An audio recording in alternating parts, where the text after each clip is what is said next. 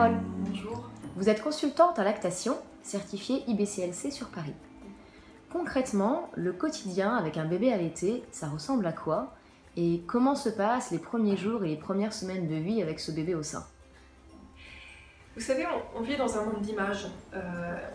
Les mères vont trouver des magazines sur lesquels elles vont voir des magnifiques bébés qui dorment dans un joli berceau avec de la dentelle et un joli mobile au-dessus de leur tête. Et elles s'imaginent que c'est ça, la vie avec un bébé. Elles ont lu sur le manuel que le bébé dort 20 heures par jour. Or concrètement, leur vie ne ressemble pas du tout à ça, à la naissance du bébé. Que le bébé soit allaité ou non d'ailleurs. Il faut savoir qu'un bébé allaité va avoir un rythme de tétée assez soutenu. Pour pouvoir construire un bâtiment, il faut creuser les fondations et ça demande un certain temps. Et donc qu'est-ce que c'est qu'un rythme soutenu? L'OMS nous dit qu'en moyenne, un bébé allaité va téter au minimum 8 à 12 fois par 24 heures. Oui, c'est énorme. Maintenant, 8 à 12 fois par 24 heures, c'est pas quelque chose de... c'est pas un métronome, ce n'est pas très régulier. C'est-à-dire qu'on a tendance à parler d'un allaitement à la demande, peut-être que c'est un terme dont vous avez entendu parler. Chez un tout petit bébé, la demande, ça peut être simplement... Ça veut dire « Hey maman, je suis prêt à téter ». Et ce sont des petits mouvements qui se répètent très régulièrement. Et de fait, si on reste attentive à son bébé, attentive à ces petits gestes qu'il manifeste, on va se rendre compte qu'il va téter de manière groupée. Il va faire des petites tétées saccadées. J'entends par là une tétée, et puis 20 minutes plus tard une autre tétée, une demi-heure plus tard une autre tétée, 5 minutes plus tard une autre tétée, et puis 3 heures de pause. Et encore des petites tétées, et 4 heures de pause. Et puis des petites tétées, et encore des petites tétées, et en fin de journée, des tétées très fréquentes. Pourquoi cela? Parce que le lait vient naturellement plus en volume, en abondance le matin que l'après-midi. Il est plus riche en eau le matin, et c'est normal, c'est souhaitable pour le bébé. La vidange gastrique du lait maternel, c'est entre 20 à 40 minutes. Il n'y a pas d'horaire à respecter, il n'y a pas de délai à respecter entre les tétées.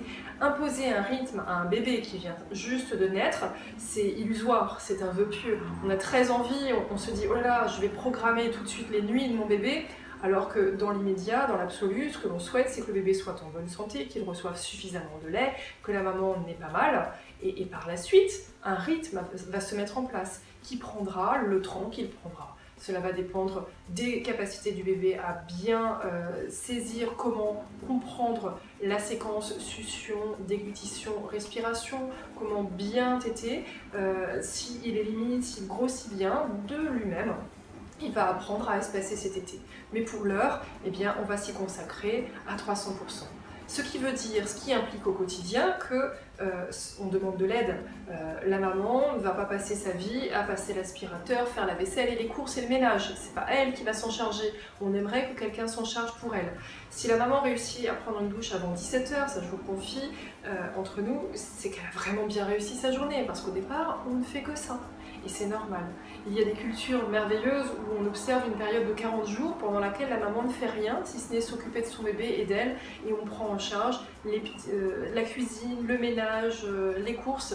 Alors, si j'ai un conseil à vous donner, mesdames, entourez-vous à la naissance du bébé, demandez de l'aide, n'hésitez pas, osez, c'est un service que vous rendrez à votre tour à vos copines qui accoucheront et allaiteront leur bébé quelques temps plus tard. Demandez de l'aide, ne restez pas isolés.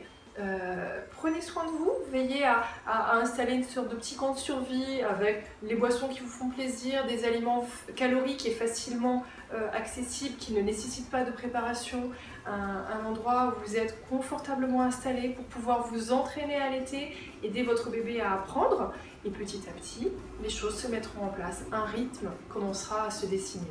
En tout cas au départ, on s'investit beaucoup, c'est dur, c'est intense et ça va tout seul.